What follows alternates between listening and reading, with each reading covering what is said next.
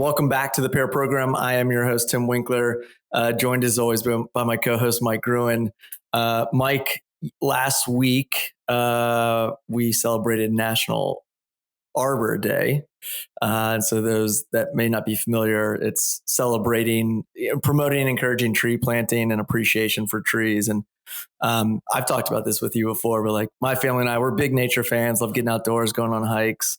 And you know, to kind of bring us into the moment, we kind of we'll stop and like kind of touch a tree if we're, you know, if it's something that's like impressive, just to kind of like bring us into the moment, and appreciate nature. So I wanted to ask, like, what are some ways that, you know, you or your family kind of embrace nature? Both of my sons are Boy Scouts. My oldest actually Eagle Scouted very recently, so a lot of nature, a lot of hikes, a lot of things like that, and Nice. camping and all kinds of stuff. So yeah, the big camping. Is your wife into camping too? yeah, actually, she's the one. She's like the assistant scout master for. So she's much more involved in the troop than actually I am. So she grew up with scouts as well. Her brothers were both scouts. So I love that. That's awesome. Yep. Cool. Well, we are going to not be talking about, you know, nature on this specific episode, but instead something a little bit different. We're going to be talking about the future of defense autonomy, and you know, not just the hardware, but you know, how systems make decisions, adapt, collaborate in real time without human intervention, and moving from, you know, centralized control to distributed and resilient autonomy. And so I am not an expert on this, neither is Mike. We are excited to have two guests that you know, focus on this day in and day out, on this intersection of government and the frontier of autonomy tech. So first off, we've got Emma Bates, who is the founder of Cachai. Emma's pioneering new frameworks for hive mind autonomy, moving beyond the old leader-follower models. She brings a wealth of experience from places like the Brookings Institute and Defense Innovation Unit. Emma, thanks for joining with us on the pod. Great to be here, guys. And then joining Emma is Kimberly Sablon. Am I saying that correctly, Kim? Yes. All right. Currently the Chief Technology Officer at Riverside Research and formerly a leader of the AI and autonomy portfolio at the Department of Defense, with 9 years of Army and federal R&D experience. So she's going to bring a great perspective on, you know, going through some of these experiences of building resilient distributed defense systems. And, you know, before we get too technical here, we like to kick things off with a fun segment that we call Pair Me Up, where we go around the room, we name two things that go together. Mike, you lead us off. What do you have for us today? So as you can tell, Bob Ross and Happy Accidents. So I grew up watching Bob Ross. We only had like, I don't know, 6 TV channels, no cable. So a lot of my Sunday mornings was like PBS. Bob Ross was a great thing to watch. And I think when we think about, I don't know, just today's society, and there seems to be a lot of stuff going on. Sometimes his whole like tone and attitudes towards life, I try to remember and bring into my own, and just, you know, just try to embrace change and things that are going on. Just a great guy. And if you've ever looked into the history of him, he's went through a lot. He was a Vietnam vet. His wife had cancer. There was all sorts of stuff, and just really awesome dude. So Bob Ross and Happy Accidents. Yeah, I love it. I did watch his documentary. But I have a Bob Ross like memory that stands out in my mind when we were doing like a month out in Tybee Island, my family and I, and you know, they had like a pre-programmed kind of smart TV. So every time we would turn on the TV, it was automatically go to this Bob Ross, no matter what time of day it was, and it just took a matter of like seconds to just lure us in, just because he's got that demeanor. Mm-hmm. So we went through a month of watching Bob Ross. That's awesome. Just, you know, not intentionally, but by accident. And yeah, it was really calming. Something about it, just really, really peaceful. So yeah, yep. love some Bob Ross. Cool. I'll go with something very different than Bob Ross. I'm going to go with potty training and jelly beans. So we're deep in the trenches of potty training our 2-year-old, and it's like a high stakes game of like psychological warfare. To be real, it's you got to sweeten the deal up. Every time that she even attempts to kind of sit on the big girl potty, she earns a jelly bean. And so, some days I feel like I'm just negotiating with this tiny, candy obsessed hostage. And, for the most part, and I know it's going to take some time still, but she's running like a full con on me right now, where she'll hop on for a quick fix of a jelly bean, and then nothing's happening. But I'll go with potty training and jelly beans. It's very out there and different. It's just relevant to me. So the opposite of happy accidents. I guess happy accident still plays. That was funny. All right, let's pass it over to our guest. Let's start with you, Emma. Quick intro and your pairing. Emma Bates, founder and CEO of Cachai. We are pioneering distributed command and control for autonomous systems, whether that's drones in a swarm or counter drone measures or missile defense, Golden Dome style things. And my pair, I was going to say cold beer, hot shower, but in keeping with Arbor Day and with the fun fact that juniper, which is key to gin and tonic, is actually the eastern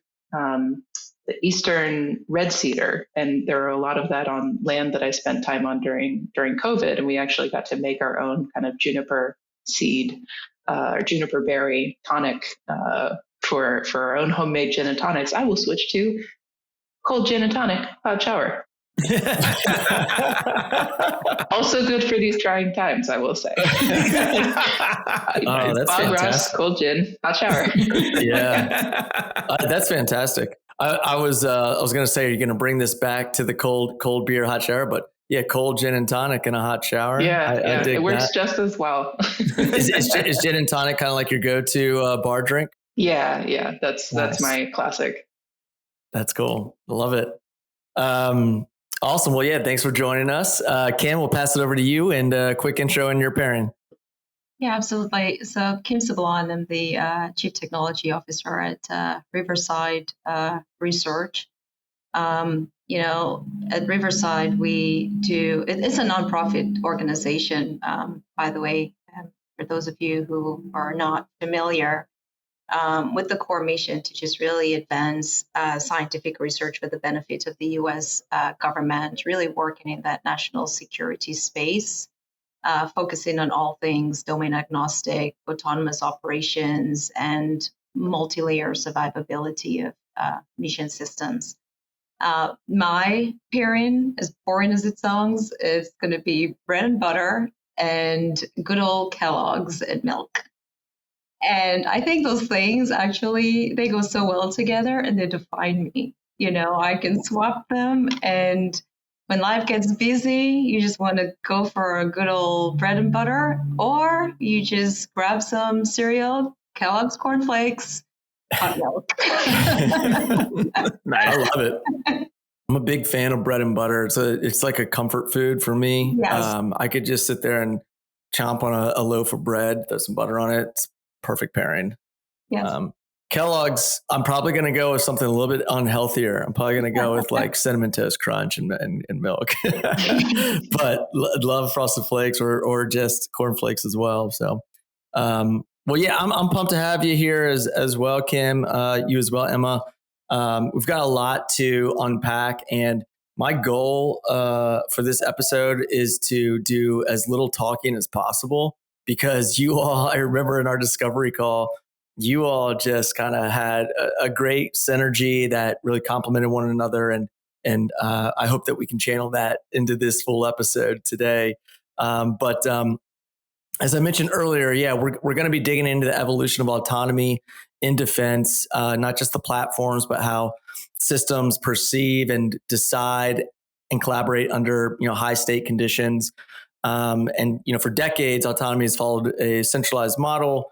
One system kind of calling the shots for the rest. But in today's more contested and disconnected world, there's a need for a different playbook, and one that would be built more on distributed intelligence, self-healing networks and machine-to-machine coordination that works even when the cloud doesn't. So we're going to be exploring, some of the roadblocks to that type of future. What a shift to a distributed autonomy really requires, and how industry and government can come together to kind of make that happen.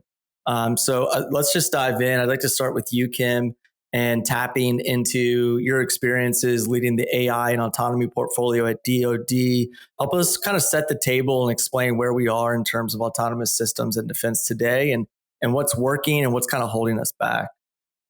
Yeah, no, thanks. I will tell you, back during my days in defense, which is why I think the initial exploration session went so well. My vision back then, and it still very much is to really drive towards this autonomous networks of autonomous systems. And you look across, in the existing conflicts that we have, and there's these autonomous systems, they are becoming critical enablers of modern warfare. It's no longer a wish list. It is happening. Whether they're being used for ISR-based missions, which is predominantly where they've been utilized, or coordinated strike attacks, as we've seen play out on a world stage. But one of the things that I've come to realize, even back then, I still stand by it, is that their concept of employment is suboptimal. Okay, it's usually allocated statically, really, to a single task or even a single commander. The one-to-many construct that we tend to love very much, with very poor utilization of just the platform and payload resources, which, quite frankly, I think just introduces real challenges, right? It requires frequent communication between your platforms and control segment. Really hard to do when you're in a contested environment. It introduces a single point of failure, okay? Because hopefully you have a really highly skilled operator who can really drive the command and control of a lot of those systems. So I think it's important when we start thinking about, modern warfare and how we fight today, not how we used to, but how we fight today. I think it really begs for a shift towards more of that decentralized control of autonomy, and really thinking with that what distributed AI architectures need to look like, right? Systems where your decision making, your control mechanisms are spread across various nodes or agents, rather than being very centralized, again, in a very single location, right? I think there's advanced capability development and deployment that's going to be very challenging, especially when we're talking about operating such decentralized system in a very complex, very denied environment. There's the teaming aspect that needs to be worked through, and what hybrid task organizations and the hierarchy of that needs to look like.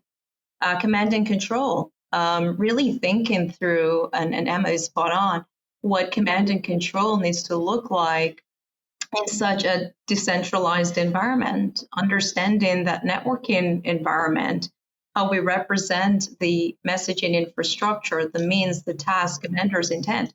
There's going to be a lot of risks that are involved that we absolutely need to take into consideration. And a large part of that, even when we're factoring risk, is thinking through resources, how those resources are being allocated, how they're shared, and while there's risk, how do we manage and even mitigate the risk in even a multi-node type of system, right? Which is not where we are, but no kidding, where we should certainly be leaning towards. Yeah, I I'm just gonna pass this over to you, Emma, because again, this is where this good back and forth kind of stemmed from last time. But yeah, you're building Cachai, a startup with the goal of ensuring this collaborative autonomy for the edge and IoT systems. What's your take on this, and maybe you can also just give more clarity on the problems that you're kind of solving in real time as well. Yeah, we really pick up right where Kim just left off, right? What she described, which I kind of boil down to from a strategic perspective, you have this dilemma where you have to have a single, not necessarily a single source, but a single version of truth, right? And the easiest way to do that in compute is to have a single source of truth. And a very hard way to do that is to have a distributed source of truth that is in fact the same for everybody or applicable to everybody. And so that's really the dilemma that we started playing with and connecting to the various expertises that we had on our team and the projects that they had done before. Because you can't just say everybody go do whatever you want, because they don't have access to this common understanding. You also can't just tell everybody, from one location, hey, this is what the truth is, because they also have information that they need to be contributing to that truth. And it's a negotiation among all of the different, whether it's people or compute nodes or sensors or command and control, waypoints. So yeah, we specialize in building the difficult but possible command and control infrastructure that is distributed and creates the capability on a compute and network level to have that common operating picture. I'll share, actually, I just had a very interesting experience last week where I was meeting with some Oregon National Guard, Army National Guard folks. And I was describing to him what we do. We create a common operating picture for autonomous systems that can't rely on a single point of failure like a cloud connection. And he said to me, man, we don't like actually to use the term common operating picture. That's kind of a problematic term. And I said, really, why? This was the first time I had heard that. He said, look, here's the problem. It's not actually common. I was like, well, what do you mean? That's in the name. He said, yeah, it's in the name, but here's what actually happens, right? There's an operating picture, but it's common only for that guy over there who has the computer where everything is being, negotiated and, where all of our data is going to, and then it sends instructions back to us. And so it's common to that computer, but it's not common to me, right? It's not common to this buddy 20 miles away. I said, okay, so it sounds like it's just not actually common. It is specific to one computer. And he said, yeah, exactly. That's the problem. And I said, awesome. That's the problem we're trying to solve. You've got a centralized single source of truth that is in fact not actually a common operating picture. And so this is one of those areas where the aspirational language of strategy and operations applied to current and up to current technologies has actually caused a lot of frustration for operators because they don't actually experience the promise of that language. And I would add to that things like distributed maritime operations or JADC2, right? Joint all domain command and control. There are a lot of these terms, especially when there's nobody in industry able to provide it yet, folks use it anyway. And so there's this perception that you already have the capability, even though you don't. And so your operators are having to figure out how to navigate that environment and how not to get completely frustrated. So that's the water that we're swimming in. We're trying to correct that with, at the very basic sense with the term common operating picture. Because frankly, people in the civilian world have had a common operating picture for a decade or more, right? We call it like Google Calendar or Microsoft online editing documents collaboratively, but they don't have that in the world of actual high stakes operations. And they should. There's no reason why they shouldn't. So that's what we're aiming to provide. So one thing you said that I wanted to pull on a little bit. So because there's people who say that they provide this capability, but it's not quite there yet, are you then finding that it's not, there's also like a mistrust issue in terms of trying to get people to actually subscribe to like, no, we can actually do this? Or for sure. Yeah. No, there's definitely you're another one of those people saying that they can provide a truly shared common operating picture. And so, that's a challenge for us as a startup. We need to, and we can't really prove the thing with just our technology out of context of the systems that the folks are using so that they can see the difference it makes in something they actually do. So yeah, it's a very valley of death style problem that a startup like us runs into. Yep. Kim, I want to kind of expand a little bit on like the innovation and industry alignment. Would you say we're seeing like sufficient collaboration between like defense primes, startups, and services, or where are we kind of falling short? I think at least when I was there, we were starting to do that. Can there be more? Absolutely, right. And it requires, a lot of us, in the national security space to just get out of our own way. And recognizing that you can't solve everything from the ground up. And if there are solutions that exist that can be brought to bear, let's take it, right? How do I integrate what perhaps Navy, Air Force, Army, and others have developed in a novel way that helps me address that problem, or partner with companies like Emma's and others to address specific issues? And so that's one of the things that, I tried to promote, at least when I was, on the other side, where let's have these IPTs. Let's really address a really hard challenge that brings solutions from across the defense R&D pipeline, marry that up with sort of where the commercial product space is, and move faster, right? And we did that to some degree and really made great headway solving hard problems, partnering with industry. But there's still so much of that kind of work that needs to be done when we're collaborative. Because when you talk about the R&D space, I will tell you, team, there's a lot of the same things are being developed across the board, whether it's across the defense sector or it's across the commercial space. And every commercial entity wants to own the entire end-to-end pipeline, which is also part of the problem as well, right? So getting all of us, I think, together around a common theme or problem, recognizing sort of where the state is, right? What are the challenges with that state of the art, and how we might integrate the bits and pieces together to drive towards a solution much faster is something I'd love to see more of. But that requires not just partnerships between defense and maybe one commercial entity. It requires several commercial entities in many instances with defense working together. Yeah, Emma, I'd love to hear your thoughts on this. It's actually a topic that we speak of quite a bit on the podcast. Is, we talk to a lot of companies that are maybe, purely in the commercial space, but they see an outlet, where they can make an impact in defense or national security, or, name your government agency.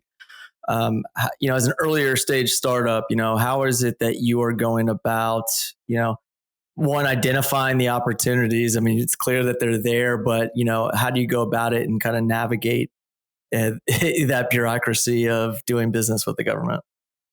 Yeah. So I would say upfront, we are probably never going to actually sell directly to government, and simply because we're a component enabler. We're software that fits in with other pieces of software in order to change the game for what those software customers of ours can do with their software on a platform that is developed by an integrator that then is sold to government, right? So we might go straight to the integrator, but we're probably never going to be selling straight to government. And that's part of, for better or for worse, that's part of how enabling component companies have to relate to government. We have a piece of technology that I know that they need. They are, in the last 2 years, have started to realize that they definitely need competitively in terms of winning wars, right? But the demand signal hasn't been clear enough. So I find that folks like me who are leading companies that have an enabling piece of technology that requires a few steps to get to the warfighter through other companies, we find that we have a thought leadership mission component to our business, right? We need to, it's a pincer movement. We need to create the demand among the warfighters and among the program executive offices and among the requirements writers. And then we also need to be reaching out and providing it and trying to integrate with the OEMs and integrators and defense primes, right? And that may actually happen in a multi-step process, depending on who has the pain point that we solve most immediately. So it's challenging. That said, I don't know if a different way is appropriate, right? Do we want government other than through SBIR and maybe DARPA engaging directly to purchase software enabling components that then they have to be the integrator? So I don't know if a different model would be better, but it's the kind of thing that I wish there were more recognition of and support for, because there's just no, are we dual use? We don't sell to government, but we're certainly, we're wanting to sell to defense primes and to integrators like that. So, it's a unique position to be in, the kind of deep tech software enabling world. I wish there were more government programming that were directed towards supporting us in our mission to sell to to sell to folks who sell to them. Yeah. Right. I think that's key though, Emma, selling to folks who sell to them. Yeah. And recognizing or being a part of the conversation very early on, right? Because there's, whether it's a software acquisition, timeline that's been established for anything, there are set, incremental upgrades that's going to occur over the life cycle, right?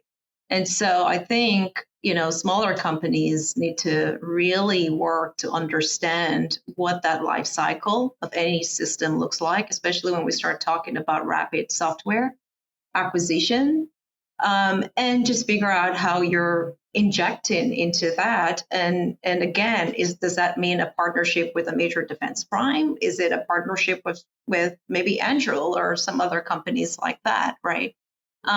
Because again, the folks who are actually taking things and deploying them are in large part the acquisition community.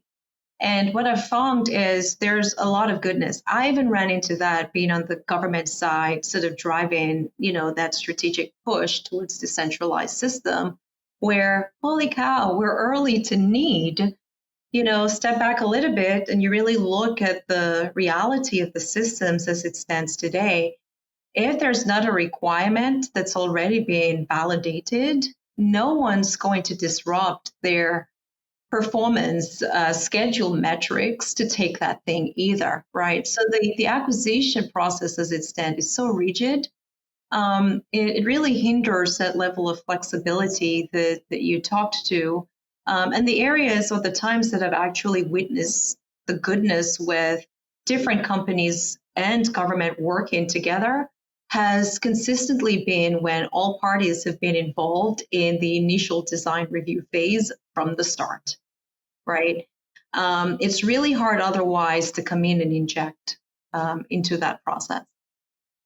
Yeah, I'm sorry. I didn't mean to hijack the main conversation with that with that question, because look, that's one that we could honestly spend hours talking about, and without having that conversation, then a lot of this isn't really applicable, because we can't get it into the hands of the end users that need it, the warfighter, or what have you. Name your end user, but that's that's always going to be a part of the conversation, unfortunately, when dealing. with the government is going to be part of this acquisitions conversation. But let's bring it back into the autonomous systems conversation. So one thing I had on to note to bring up with you, Emma, was resiliency of these autonomous networks. So what does resiliency kind of look like in an autonomous system? Yeah, I think the most obvious but surprisingly most common problem of resiliency is going to be that you have a single point of failure, which is your single source of truth. And the reason that is so common is because it's easy to scale a centralized system that has one computer, one fusion engine, or even one human, right? It might not even be a computer. Sometimes we make humans look at a bunch of different screens and do the fusion themselves. But that location is the only place where the entire system understands what it's doing as a whole and why it's doing that. If the connection to that entity, human or machine, gets cut off, it doesn't know what it was doing before. It doesn't know why it's doing what it's doing. It stops, or it just continues in whatever direction it was in, because it doesn't have an active participation in that common operating picture. It's just receiving. So anytime you have a single source of truth that isn't itself resilient somehow, that is a single point of failure. How do you make it resilient? You can, the first thing that you would do, and this is getting into kind of distributed systems architecture, is you would just say, all right, 3 computers, not just one, so that they have to agree on everything and they vote on everything that comes in. And every new piece of information goes through a consensus process. And then if one of those goes down, there still are 2 left. And they can then reconstitute another and have a third, they can kind of sustain themselves in that quorum, right? And it's an odd number so that they can vote if they disagree about things, because sometimes glitches happen and you get bad information. And that does 2 things. It means that you're resilient to the failure of a single computer.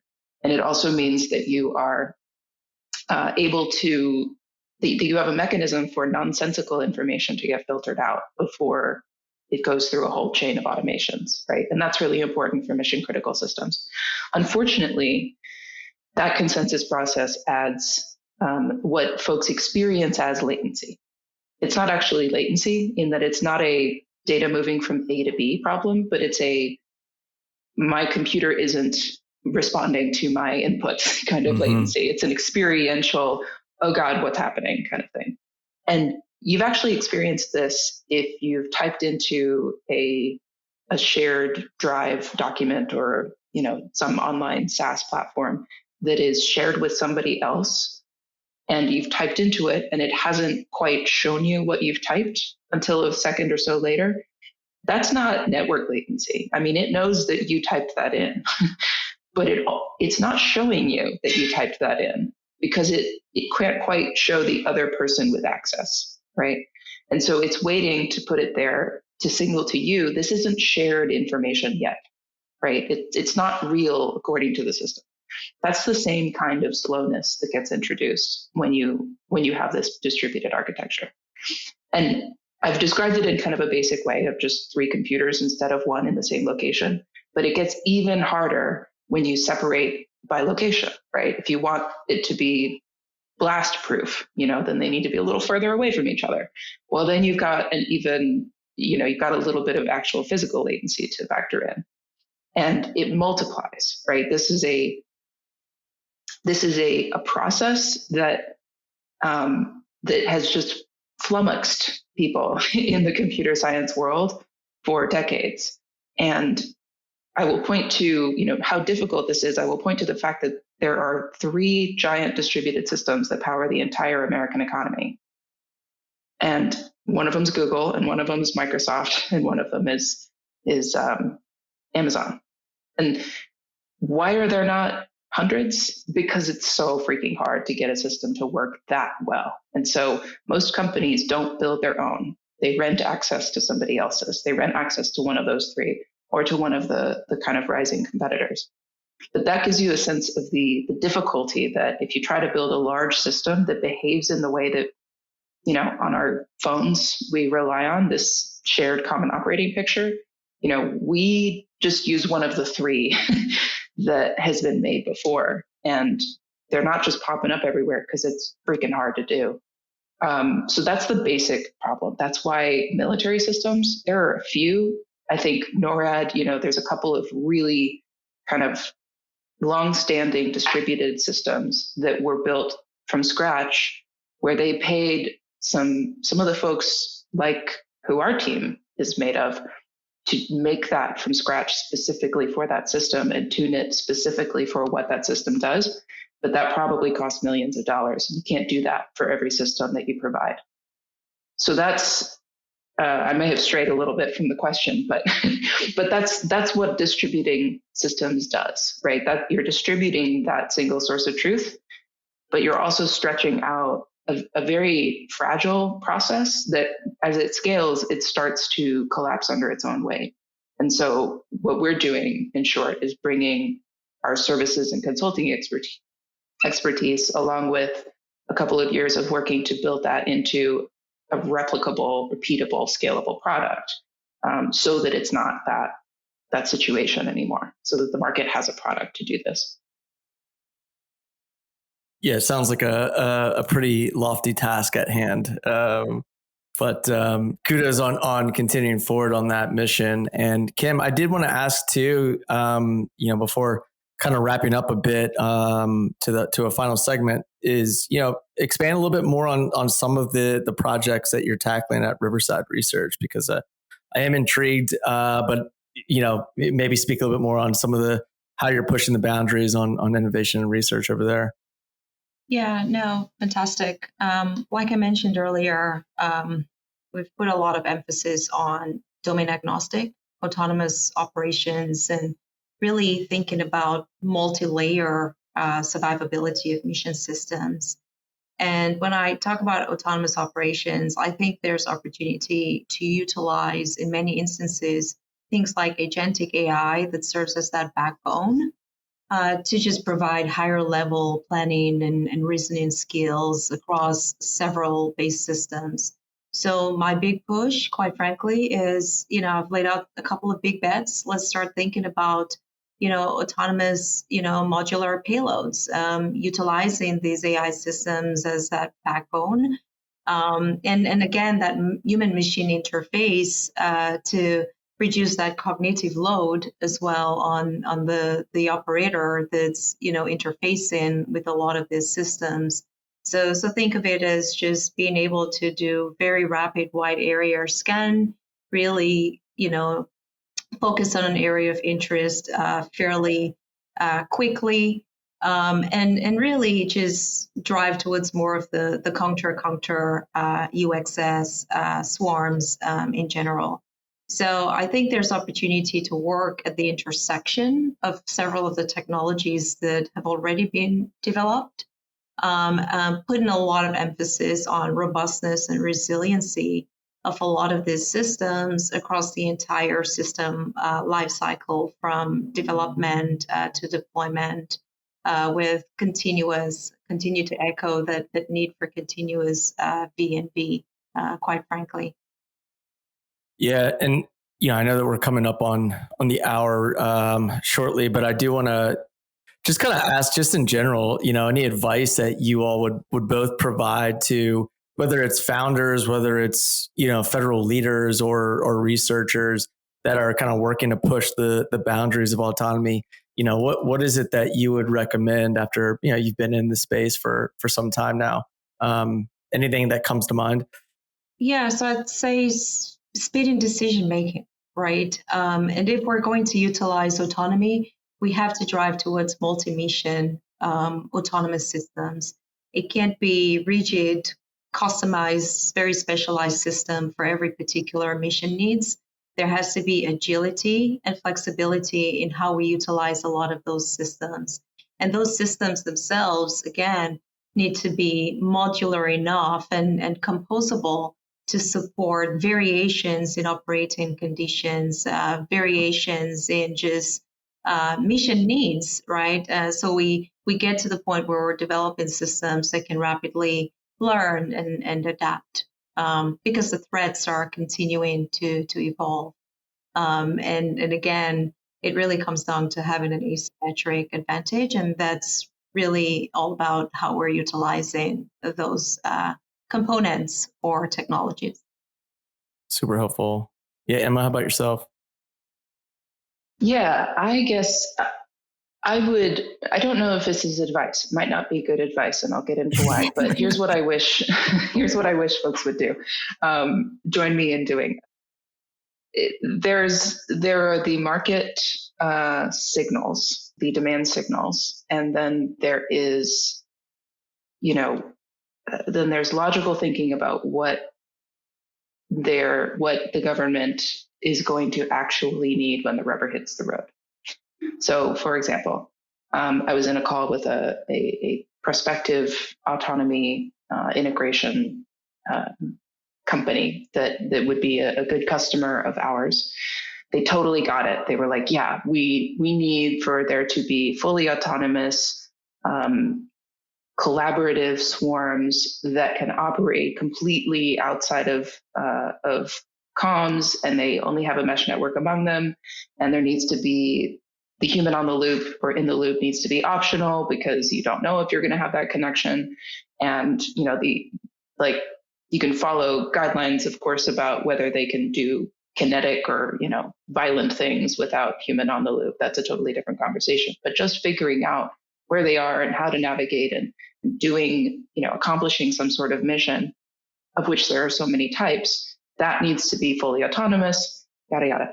And then he said, now, they said, we were getting that signal from our customers, their customers, as he was talking. He said, and then they pulled back and they said, no, we need to have it needs to be a HODL, human on the loop, or HIDL, I guess that's the new acronym.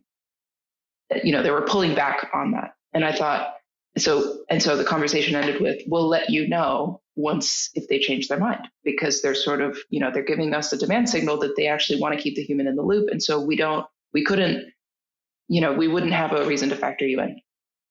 And I just thought to myself, oh my God, there's this bizarre policy intermediary between what is obvious that will win wars and what folks are comfortable putting money towards while we're not in a shooting war.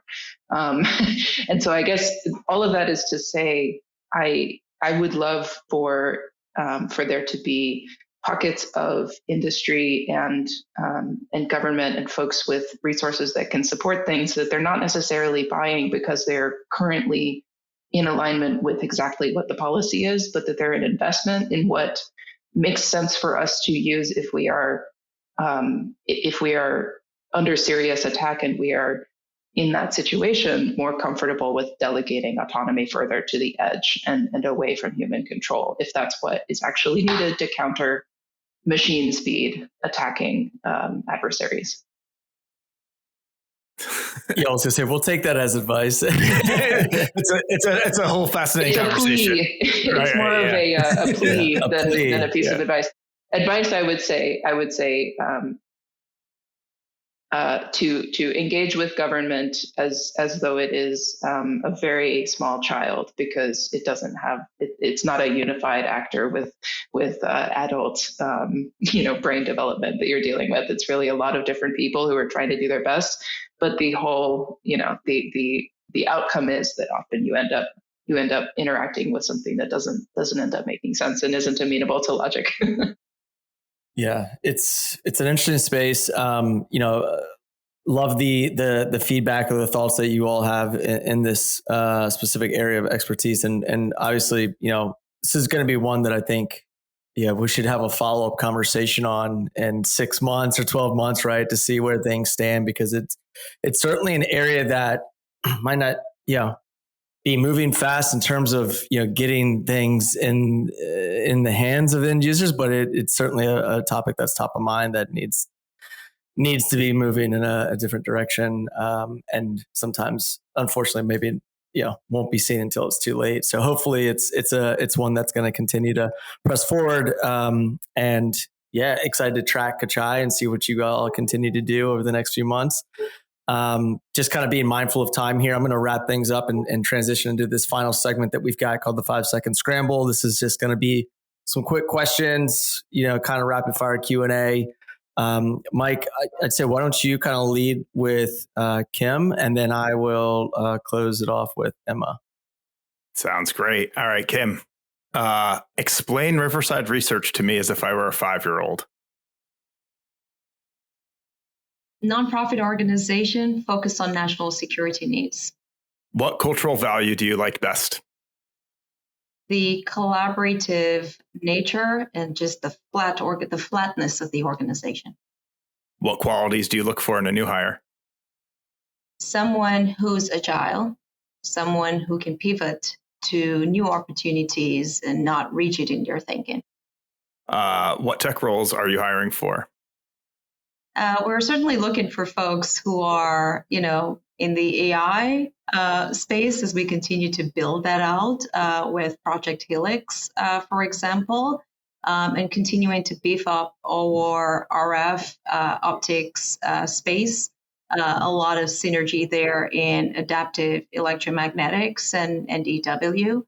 EM is a core competency of ours. And again, as we drive towards what adaptive EW looks like, not in its traditional sense, because everyone's been talking about cognitive EW. We have a couple of, bleeding edge ideas for which we want to attract folks.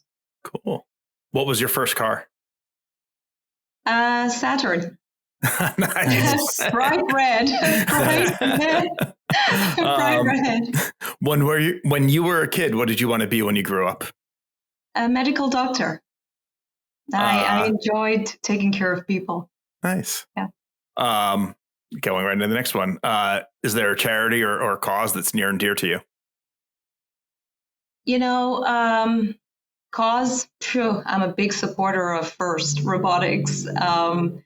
It's dear and near to my heart. It's amazing to just see what Dean Kamen has done in making robotics a sport where kids at all ages can learn tech and really partake in it in ways that we probably did not think was possible. So it's one of those that I track very closely and I support. Cool. I think I already know the answer, but what's your comfort food? Bread and butter. Although that competes with cornflakes and hot milk. Nice. And last one, it's a thinker. If you were handed a box of everything you've ever lost, what would be the first thing you would look for? A box of everything I've ever lost. The first thing I'd look for. Oh, it's going to be sad. I don't know. A box of everything I've ever lost. My grandmother. If there's one thing I could just open a box and she'd just show up, I would be happy. Yeah. That's a much better answer. We had somebody say their keys, so I've never been materialistic. I don't hold on to things or think about them. That's great. It's better than the trite my sanity or Yeah, if there was that special box that could open up and she'd just pop up, I'd be the happiest person. That's a great answer. That's a great answer. Yeah. All right, Emma, you ready? Yeah. All right.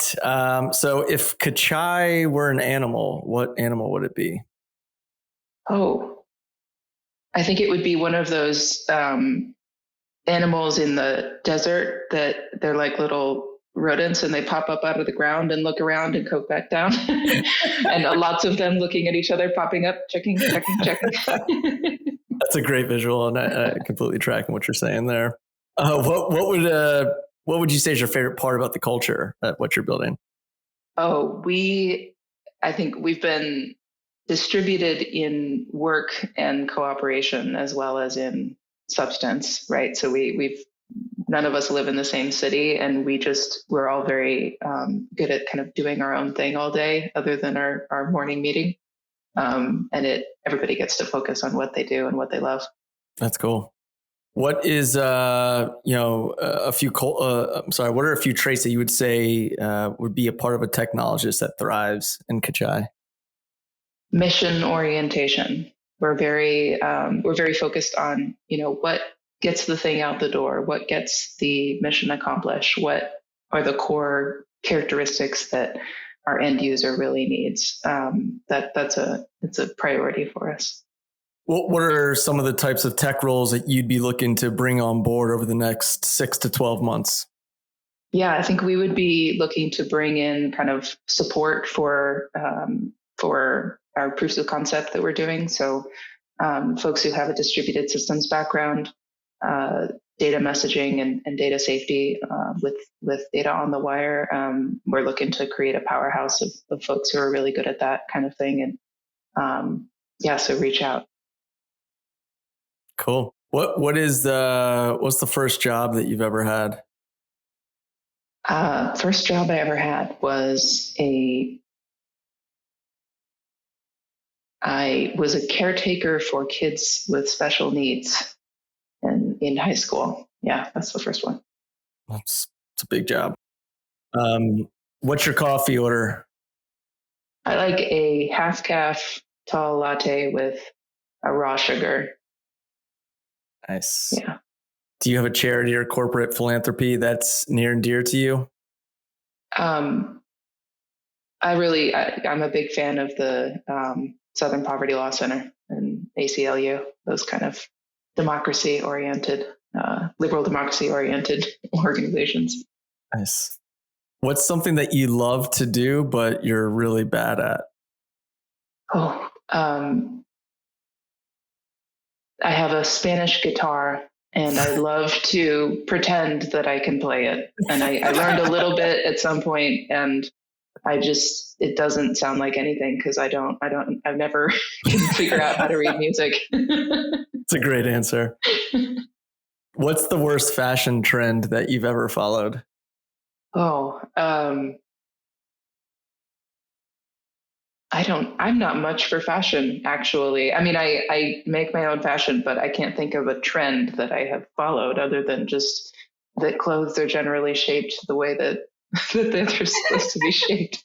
I used to be really, really into the very low cut bell-bottom jeans.